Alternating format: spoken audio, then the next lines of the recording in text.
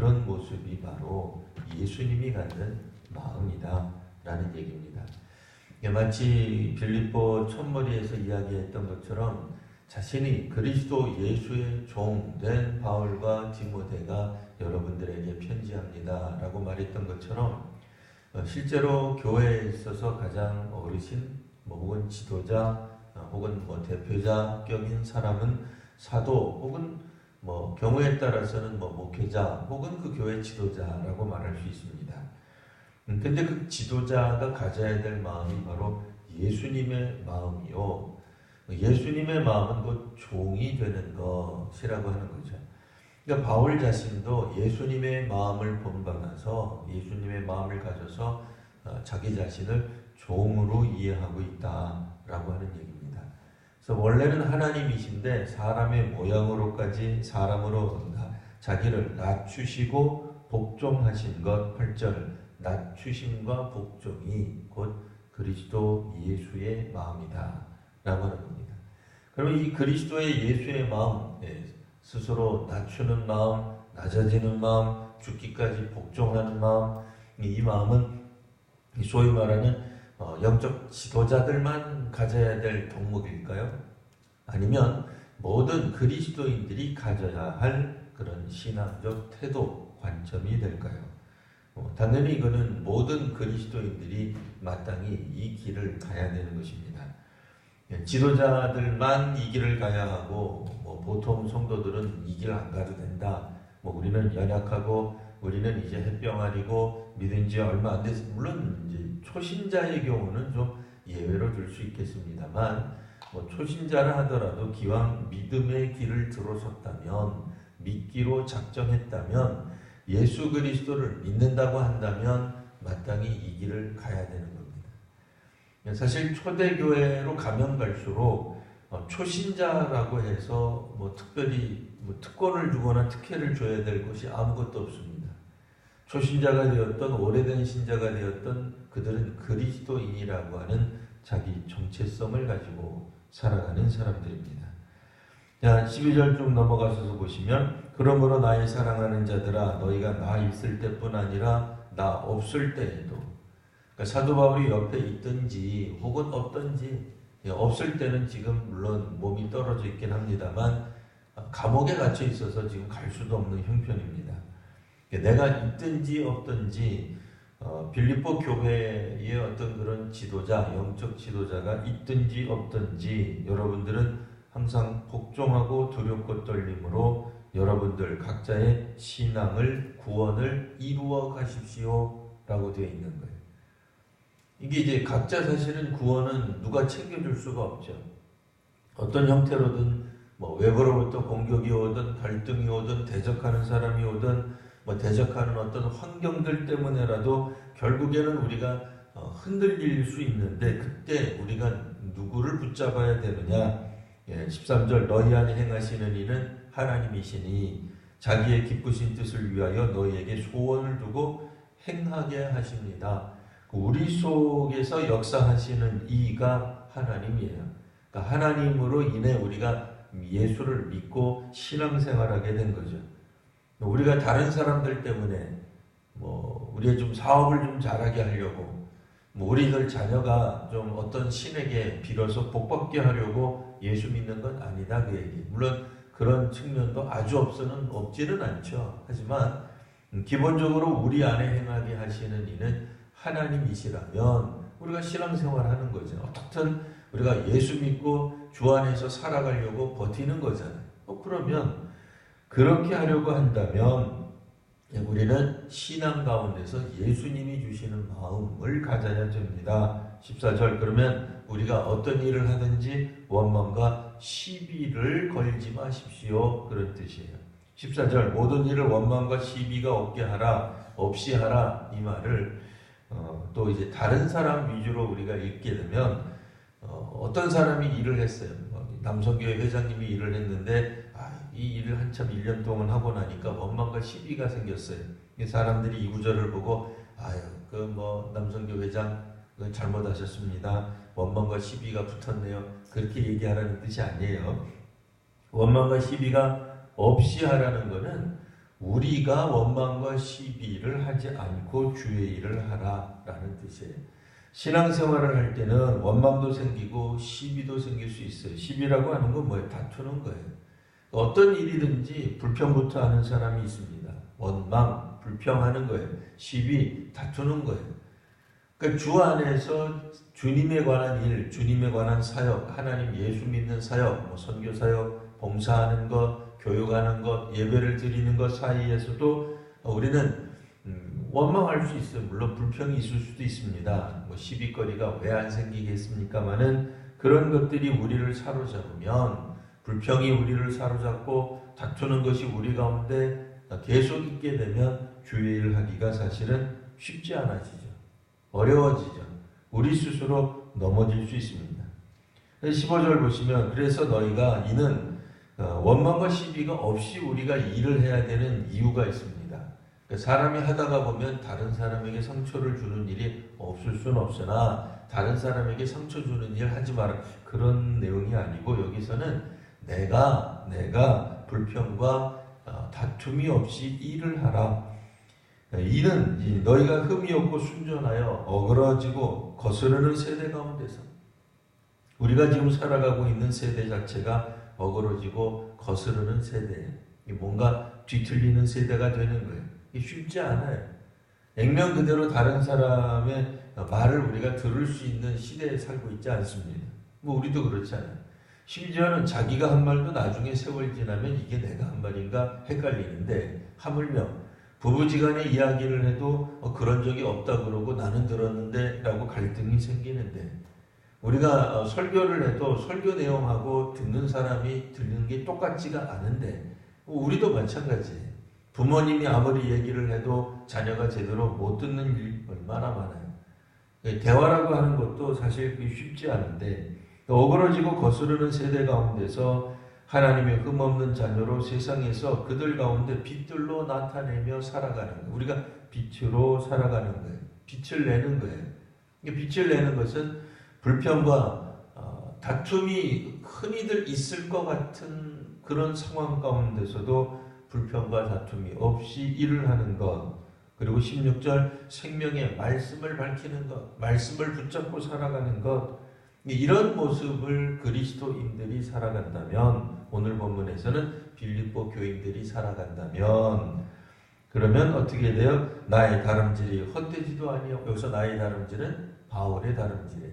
바울의 사역이에요. 바울이 했던 수고도 헛되지 않을 것입니다. 우리 자녀를 키울 때 어떻게 키우세요? 우리가 뭐 누구누구 소위 말하는 갑부가 됐던 혹은 어쨌든 유명한 사람이 됐던, 혹은 소위 말하는 옆집 사람이 됐던 그분들처럼 우리가 자녀들을 위해서 모든 것을 다 해주지는 못해요. 자녀가 갖고 싶은 거 다 해주고 그렇게 하지는 못해요. 뭐 하고 싶다고 해서 뭐 해주고 그렇게는 못해요. 하지만 우리 자신은 나름대로 최선을 다해서 우리가 할 수 있는 최상의 것으로 자녀들에게 주고 싶을 겁니다. 근데 이 자녀들이 엉뚱하게 격결로 가고 탈선하고 비행 청소년 되고 그러면 우리 마음이 얼마나 아프겠어요. 나중에 우리가 세상 떠나게 될 때 자녀들이 서로 화목하지 않아요. 알고 봤더니 유산 상속 때문에 다투고 싸우고 그래요. 뭐가 되겠어요? 근데 우리가 정말 자녀들을 위해서 남들만큼은 못해줬어도 남부럽지 않게 그렇게는 못해줬어요. 분명히 다른 사람하고 비교해보면은 그다지 좋은 것들을 우리 자녀들에게 준 것 같지 않지만 우리의 자녀들이 잘 자랐어. 다투지 않아요. 나쁜 짓 하지 않아요. 편법, 탈법, 탈세, 악행, 범죄 이런 것들하고는 거리가 멀어요. 우리 행복하잖아요. 그런 것처럼 바울이 지금 열심히 사역을 했는데 어찌되었든 바울 때문에도 상처받은 사람 많았다 그랬잖아요. 언제 있었어요? 빌립보서 안에서 나왔어요. 바울이 감옥에 갇히자 그것 참 잘됐다 이렇게 그런 표현은 없어요. 그것 참 잘됐다 이런 표현은 없는데, 다툼으로 그리스도를 증언하는 사람이 있다 그랬잖아요. 이렇게 함으로써 자신들이 바울의 매임에 더 괴로움을 더하게 할 줄로 알고 사역하는 사람이 있다는 거예요. 바울을 철저하게 무시하고 바울을 지금 바울이 잘못된 사역자라고 이야기하는 거예요. 바울의 복음이 잘못됐다는 거예요. 그렇게 가르쳐서는 안 된다는 거예요. 그래서 마침 바울이 감옥에 갇히자 그거 봐라. 내가 그렇게 하다가 감옥 갈 줄 알았다. 내가 해는 것이 진짜 사역이다라고 나타나는 사람이 있다 그랬잖아요. 그들은 바울을 사랑해서 복음을 증언하지 않아요. 바울을 미워하고 증오하고 바울을 누르고 바울을 이기기 위해 증언하는 사람도 있다 그 얘기예요. 그러니까 바울이 항상 어디에서나 인기를 얻었던 천만의 말씀입니다. 우리 성도님들은 몇 번 들어보셨죠? 제가 아주 가끔 다른 교회 가서 그런 설교하면 사람들이 눈동자가 확 커져버려요. 그러니까 무슨 얘기야? 예수님이 하나님 나라 복음을 증언하는데도 반대를 받았습니다, 여러분. 그럼 되게 놀래요. 그죠? 예수님이 누구예요? 하나님 아들이시잖아요. 복음의 내용 그 자체잖아요. 예수님이 복음을 전해도 사람들이 안 믿는 사람이 있었어요. 예수님이 증언하고 전도하는데 반대하고 심지어는 예수를 죽이려는 사람이 있었어요. 오늘 우리식으로 다른 관점에서 바꾸어 말하면 예수님 때문에 상처받은 사람이 있었어요. 상상이 가세요? 얼마나 상처를 받았는지 예수님을 죽이고 거자까지 한 거예요. 다른 관점에서 말하면 예수님 때문에 상처를 받고, 우리가 생각할 때 예수님은 완전한 하나님이요 완전한 사람이니까 예수님이 나타나고 역사하시고 하는 동안은 누구도 예수님 때문에 은혜 받고 위로받고 뭐 다 하지, 예수님 때문에 상처받고 예수님 때문에 승질날 사람이 어디 있겠느냐. 이 성경 보세요. 예수님 때문에 상처받고 막 원망하고 화가 솟구쳐 나중에 뭐라 그래요? 내가 미쳤도다 신성 모독이다. 예수를 십자가에 못 박으라. 나오잖아요. 그 사람들이 왜 그러겠어요? 악령에 사로잡혀서 그러는 거예요? 아니에요. 자신들과 다른 신학적 해석을 한 거예요. 안식일을 어기는 예수님이 견딜 수 없는 거예요. 하나님을 섬기는 방식이 그들과 다르기 때문에 그래요. 그들이 기대했던 랍비와 다른 모습으로 가기 때문이에요. 우리 그렇게 얘기할 수 있어요. 아니 예수라면, 그가 그리스도라면 왜 가난하고 뭐 율법도 안 지키는 사람들만 만나주고 그들의 눈에서 눈물만 닦아주고, 바리새인 나는 왜 위로 안 해주나? 헤롯이 그렇게 말할 수도 있잖아. 왜 나한테 와서는 왜 조용히 한두 시간 성경 공부하자 그러지? 나도 아픈데, 나도 마음에 상처가 많은 사람인데. 왜냐면 자기는 이제 자기 동생이 부인하고 아주 복잡한 관계 속에서 뭐 그런 게 있거든요. 나도 내 인생이 많이 꼬였는데 나한테 와서 좀 기도도 좀 해주고 위로도 좀 해주지. 안 했잖아요. 여우에게로 가. 뭐 이런 얘기가 독사의 자식들. 어떻게 예수님 입에서 그런 말이 나와요? 그 바울 때문에도 상처받은 사람 놀라시면 안 돼요. 우리가 생각하는 거하고 전혀 다른 개념이 있는 거예요. 우리가 생각할 때 완벽한 지도자는 모든 사람들에게 덕을 끼치고 은혜를 끼치고 위로하고 그 사람이 설교하면 다 모든 사람들이 행복해지고, 그렇지 않아요. 안 그렇습니다. 성령이 역사하고 성령의 사람들인데도 예수님의 사역, 바울의 사역에 대해서 여전히 불만을 갖고 이해가 안 되고, 심지어는 빌립보 교회 내에서도 그랬어요. 빌립보 교회 내에 있는 지도자들 사이에서도 저 사람은 했잖아요. 빌립보 교회는 일전에도 말씀드렸듯이, 첫날에도 말씀드렸듯이 감독과 집사가 세워진 교회예요. 상당한 교회죠. 상당한 연륜이 있고 오래됐다는 뜻은 아니에요. 초대교회가 오래된 교회는 없어요. 우리 교회만큼 역사가 안 돼요. 오래될 수가 없어요. 몇 년 안 된 거야? 몇십 년도 안 됐어요. 20년, 30년 아니에요. 그런데도 이렇게 교회의 지도자가 세워질 정도였는데 이들이 어떻게 돼요? 서로에게 이렇게 불평하고 시비거리가 있고 다투고 하는 일들이 너무 많았던 거예요. 심지어는 같은 그리스도인인데도 바울의 사역에 대해 여전히 이해하지 못하는 사람들이 있었습니다. 바울이 이야기하기를 이방인에게도 구원이 있습니다. 사실 바울이 이 주장은 초대교회 처음에는 받아들여지지 않았어요. 특별히 예루살렘 교회, 모교회라고 말할 수 있는, 어머니 교회라고 말할 수 있는, 그러니까 오래된 신자들이, 훨씬 더 오래된 사람들, 그들이 이걸 받아들이질 않았어요. 어떻게 이방인이 예수 믿냐? 어떻게 이방인이 하나님 믿냐 말이에요. 할례도 안 받고 율법도 안 지키면서 어떻게 성령이 이방인에게 역사하니? 그거 있을 수 없다고 생각했어요. 하나님은 어떻게 그렇게 역사하실 수 있느냐? 말도 안 된다고 생각을 해요. 구약도 모르는 것들 뭐 이렇게 생각한 거예요.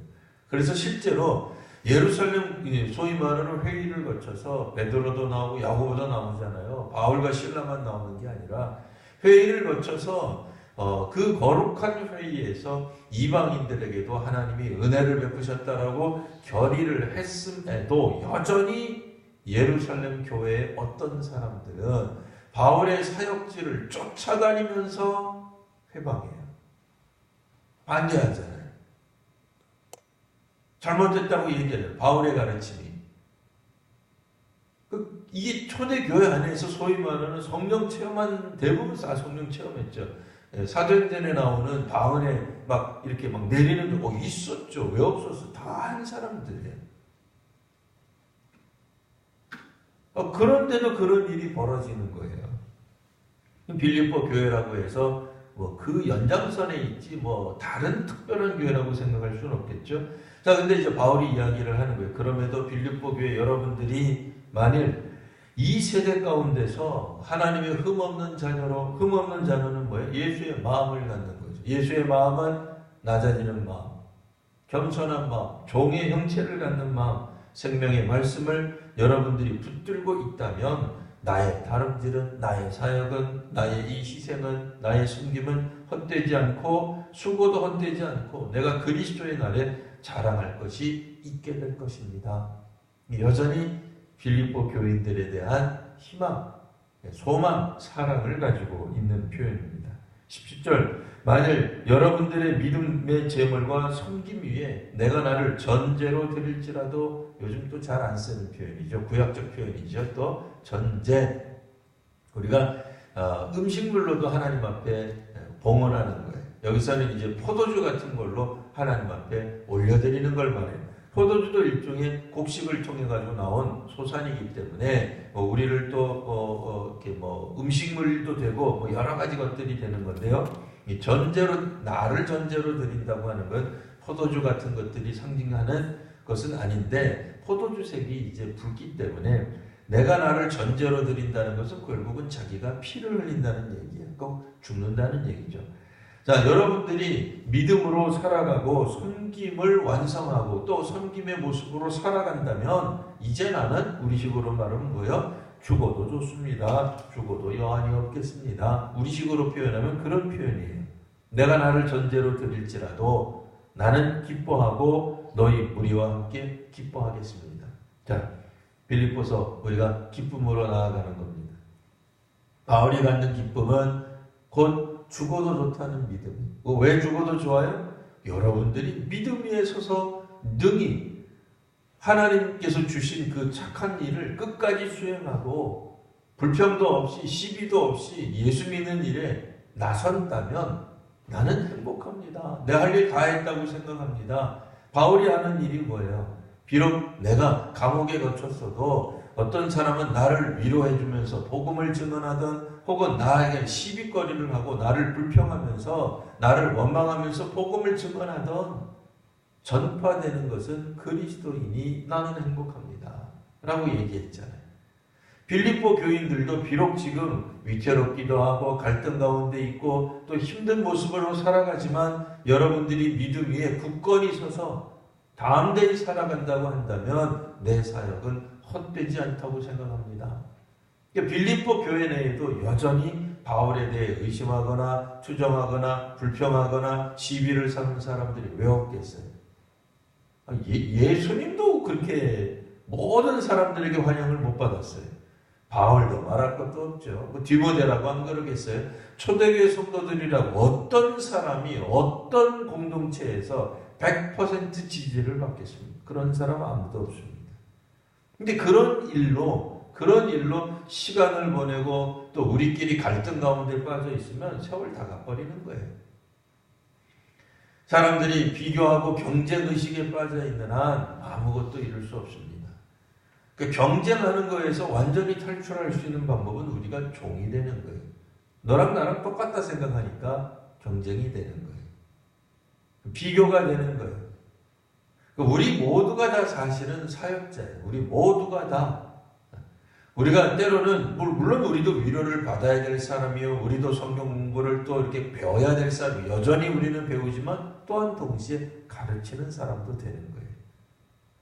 그리스도인들은 우리가 볼 때는 예수 믿은 지 10년이요, 20년이요, 30년이라는 구분이 있지만 사실 안 믿는 사람들이 볼 땐 똑같죠. 교회 처음 나갔다고 해서 그분들이 그리스도인이라 그러지 당신은 교회 나간 지 얼마 안 됐으니까 그리스도인도 아니야. 그렇게 얘기하겠어요? 그렇지 않죠. 이제 항존직이 되셔서 여러분들이 권사가 되시고 집사가 되신다 그러면 나는 집사 된 지 1년 차야, 2년 차야 라고 이야기해도 다른 분들이 볼 때는 집사요, 권사죠. 전도사 시작한 지 나는 5년밖에 안 돼, 5년 차밖에 안 돼, 아직 햇병아리입니다. 어디 그런 게 말이 통해? 남들이 볼 땐 그냥 전도사님이죠. 예수 믿는 사람은 어디를 가든 다 예수 믿는 거지, 그분이 믿은지, 시간이 그렇게 중요하겠어요. 한국 사람이면 한국 사람이고, 일본이면 일본인인 거지, 태어난 지 며칠 안 됐으니까 한국 사람이 한국 사람 아닙니까? 똑같이 한국 사람이지. 우리가 믿음으로 나아갈 때 어떻게 우리가 기쁨을 가질 수 있는가? 내가 죽더라도, 내가 희생하더라도, 내가 사라지더라도 기뻐할 수 있는 것은 다른 사람들이 나로 말미암아, 내가 했던 일들로 말미암아 어쨌든 복음을 붙잡고 살아가는 거예요. 자, 그래서 18절 말씀, 이와 같이 너희도 기뻐하고 나와 함께 기뻐하라. 여러분들도 이런 일로 기쁨에 가득 차야 됩니다. 내가 갖는 기쁨에 어서 오십시오. 그러니까 바울의 기쁨에만 동참할 뿐 아니라 바울이 갖고 있는 그 기쁨의 이유, 상황, 그런 것들이 함께 초대하는 거예요. 바울의 기쁨은 예수님의 마음을 갖기 때문에 갖는 기쁨입니다. 예수님의 마음은 종이 되시는 거예요. 낮아지는 거예요. 낮아지면 기뻐할 수 있어요. 내가 위로를 받아야 되겠다. 그렇게 생각하는 한 우리 기쁨이 사라질 수 있어요. 부모가 되는 일이에요. 가르치시는 거예요. 지도자가 되시는 거예요. 내 것을 아낌없이 주는 거예요. 여전히 빌립보 교인들은 이 독자들이죠. 독자들은 여전히 살아있지만 여기서 혹시라도 죽을 수 있는 가능성 있는 사람, 없어지는 사람, 존재가 사라지는 사람은 오직 여기서는 바울이에요. 그러나 실제로 바울은 직접적으로 언급 안 했지만 결국 우리 모두가 그리스도인으로 존재하게 된 이유가 무엇인지를 설명하고 있죠. 누구예요? 예수님 때문이죠. 예수님 때문이 아니라면, 하나님 때문이 아니라면 교회라는 그리스도인 공동체가 형성도 안 됐을 거고 만나지도 않았을 거고 예수 믿는 사람이라고 있지도 않을 거예요. 근데 우리 안에서 자기 자신을 종으로 만드시고 낮추시고 죽기까지 복종하신 분이 있으신데 그게 누구냐면 예수님이죠. 예수님의 마음을 가져야 기뻐할 수 있는 거예요. 예수님은 요한복음에 보면 그의 백성들 가운데로 나오셨는데 예수님은 어떻게 됐다 그래서 거절당하셨다 이렇게 돼 있어요. 거절당하셨죠. 그래도 예수님은 이 땅에 오셔서 주의 백성들을 부르시고 사역을 감당하시고 수많은 사람들이 반대하고 거절하고 불평하고 예수님을 죽이려고 하고 꾀하고 심지어는 예수님의 제자들 중에서도 한 명은 아예 대놓고 예수님 죽이고 많은 제자들도 예수님 별세하시는 순간에 다 도망가잖아요. 그렇다고 해서 예수님이 부활하셔서 네가 나를 버렸지 그렇게 얘기하셨네. 베드로 보고 쫓아다니면서 너 언제 도망갔지? 겟세마네 동산에서 너 잠잤지? 내가 이것들을 제자라고 세워가지고 그렇게 안 했었어요. 네. 그렇게 하지 않았어요.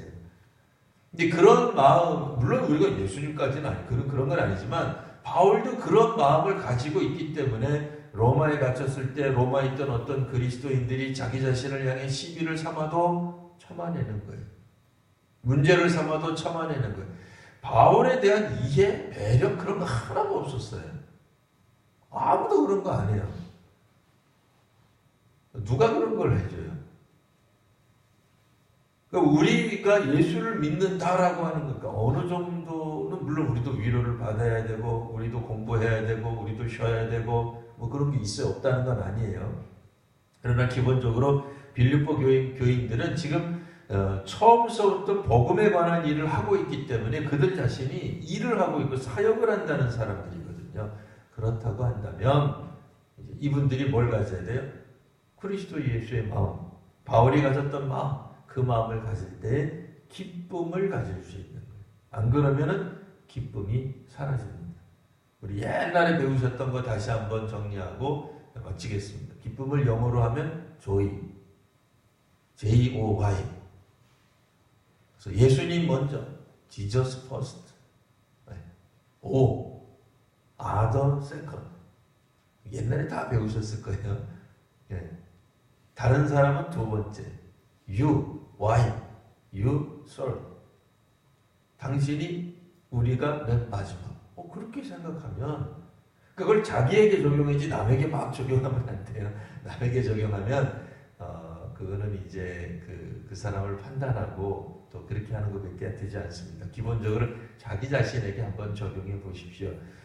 물론 이게 이제 쉽지 않습니다. 그렇다고 해서 뭐 아픈 사람에게 지금 뭐 힘들어하는 사람에게 너는 왜 이렇게 못 사니 그렇게 얘기하지 마라 그러셨어요. 그분들은 일단 두시고 혹 그렇지 않은 분들이라면 우리 자신에게 적용해서 우리가 우리의 믿음을 오늘 말씀에서 보시면 구원을 이루라 이렇게 돼 있어요. 구원을 우리가 지켜나가는 거예요. 신앙을 지켜나가시는 거예요. 힘든 일이에요. 신앙을 한다고 하는 것. 자, 오늘 다시 한번 말씀을 정리하겠습니다. 바울이 갖는 기쁨, 예수님이 갖는 마음을 가져서 다시 한번 기쁨으로 신앙생활하고 세상으로 나아가는 우리 귀한 성도님들, 저와 여러분 모두가 되시기를 바랍니다. 기도하겠습니다.